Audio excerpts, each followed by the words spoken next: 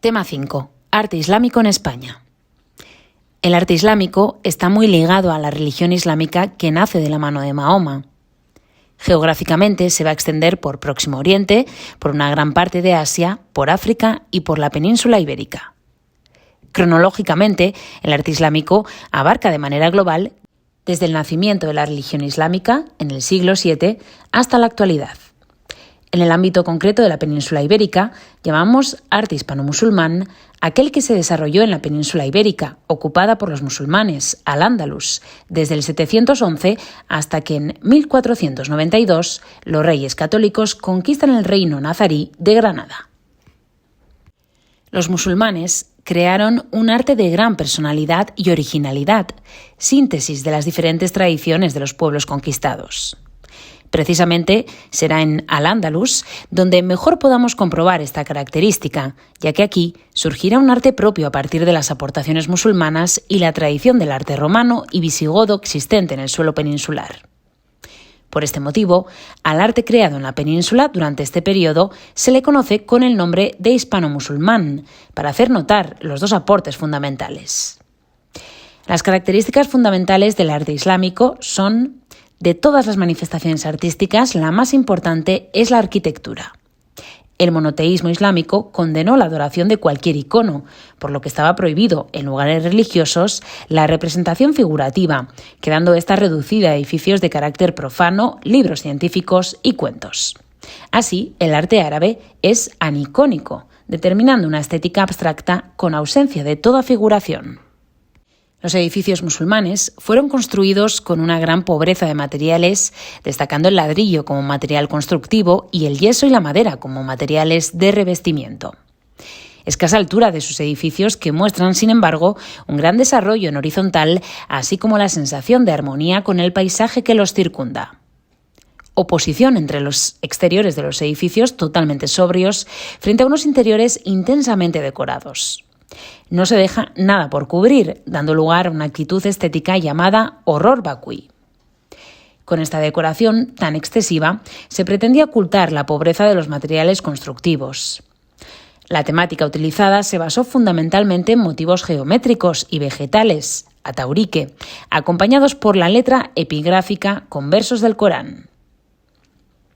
Los edificios exteriormente no muestran, a través de su forma, la función a la que están destinados, ya que es habitual la utilización de la misma forma arquitectónica para edificios con funciones distintas y, a la inversa, la utilización de formas muy diversas para el mismo edificio.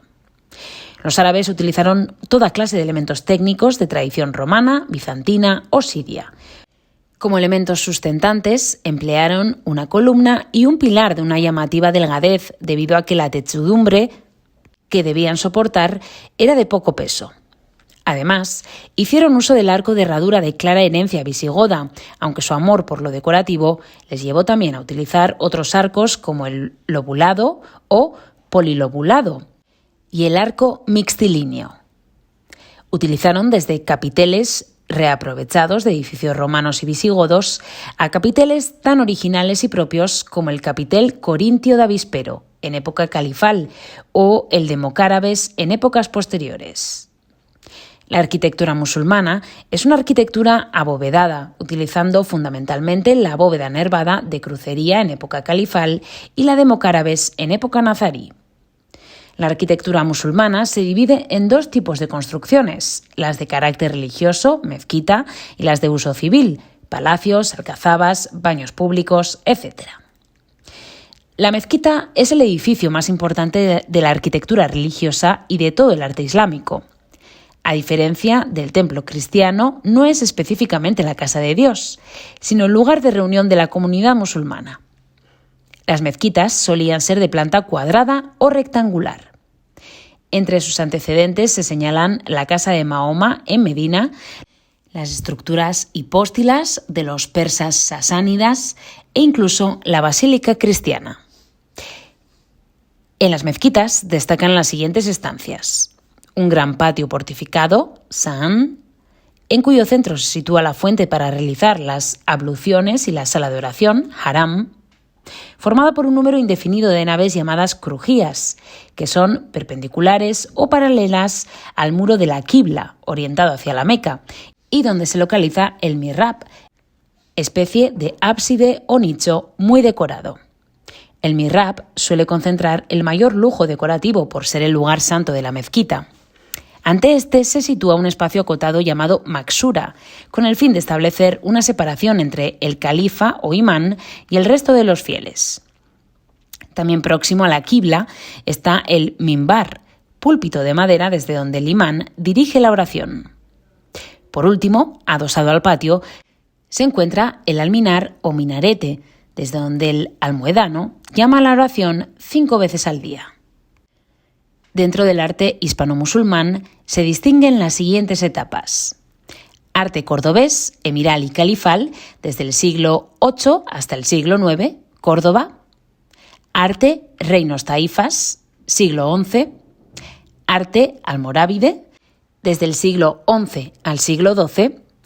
Arte almohade, desde el siglo XII al siglo XIII. Y arte nazarí, desde el siglo XIII al siglo XV, Granada. Arte cordobés, que se desarrolla en Al-Ándalus entre el año 711 hasta el año 1031, en el que el califato se desintegra en los distintos reinos taifas. Dentro de esta larga etapa destaca el periodo del califato cordobés, iniciado en el año 929, con la proclamación de Abderramán III como califa. Este es el periodo de máximo esplendor del arte hispano-musulmán, en el que la ciudad de Córdoba se convirtió en el foco cultural más importante de la península y uno de los más importantes de todo el mundo islámico. Aquí se mezclaron con total éxito las aportaciones artísticas del primer arte musulmán de Oriente, forma y la función de la mezquita, su peculiar tipología con naves perpendiculares al muro de la quibla, etc., con otras de tradición romana y visigoda, del propio solar hispánico, el uso de contrafuertes exteriores, la alternancia de piedra, sillar y de ladrillo, el arco de herradura, que es de origen visigodo. Dentro de la época califal destaca especialmente la mezquita de Córdoba y la ciudad palatina de Medina Zahara. El arte califal cordobés desarrolla en el ambiente fastuoso de la corte las artes santuarias y del lujo. Destacaron en primer lugar los marfiles, piezas como botes o arquetas de uso femenino para guardar joyas y perfumes. En segundo lugar, debemos nombrar en metal piezas realizadas en bronce, así como tejidos de gran calidad. Por último, mencionar la producción cerámica de loza, de influencia oriental abasí. Arte de los reinos taifas. En el año 1031, el califato cordobés acaba desintegrándose en multitud de estados pequeños e independientes denominados reinos taifas. A pesar de esta división política, existe en lo cultural y en las manifestaciones artísticas una poderosa unidad. Poco a poco, el mundo hispano-musulmán queda aislado del exterior. Esto provocará una hispanización del arte musulmán de esta época. Se produce un importante cambio en los materiales. Frente a la piedra a sillar y al mármol, utilizados en Córdoba, la arquitectura taifal empleará argamasa, ladrillo y yeso, en adelante los más utilizados. De este modo, la arquitectura pierde en solidez, pero gana en riqueza ornamental. Las obras más destacadas de esta época son la Aljafería de Zaragoza y las Alcazabas de Málaga y Almería. Arte almorávide. La debilidad de los reinos de taifas en Al-Ándalus frente a los reinos cristianos terminaría porque los primeros buscarán ayuda en los almorávides del norte de África. Estos inician una invasión de Al-Ándalus, terminando con la fragmentación política y sometiendo bajo su dominio a los musulmanes andalusíes. Los almorávides son fanáticos religiosos, lo que se traduce en un arte de mayor simplicidad y monumentalidad. Sin embargo, con el paso del tiempo, el arte de esta época se abre a la influencia hispano-musulmana, apareciendo una arquitectura más decorativa. Pocas construcciones nos han llegado de esta época en solar hispano. En Murcia destaca la construcción del Castillejo de Monteagudo, antiguo palacio del Rey Lobo, hoy totalmente desaparecido. Arte almohade. Los almohades son un pueblo procedente del norte de África que inicia un movimiento religioso rigorista para combatir la laxitud moral de los almorávides. Los almohades invadieron al-Ándalus con el pretexto de ayudar a los almorávides frente a los reinos cristianos, reconstruyendo de nuevo la unidad islámica de la península bajo la capitalidad sevillana. Las consecuencias del periodo almohade en el terreno artístico serán las de una mayor simplicidad y monumentalidad con una arquitectura austera. Desde el punto de vista formal, escasas son las novedades que se pueden atribuir a la aportación almohade. Dentro de ellas, cabe destacar: en cuanto a los tipos de arcos, se abandona el de herradura utilizándose preferentemente el de herradura apuntado o túmido, reservándose el lobulado y el de lambrequines para aquellas partes arquitectónicas que se pretende realzar.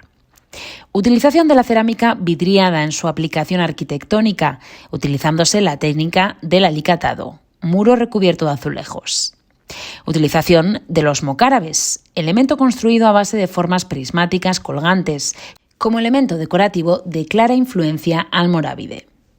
Entre las novedades formales, destaca la utilización de los paños decorativos a base de sepca, peculiares redes de rombos que cubren los espacios lisos. La tipología de las bóvedas del ladrillo es muy rica, haciéndose frecuente la de mocárabes.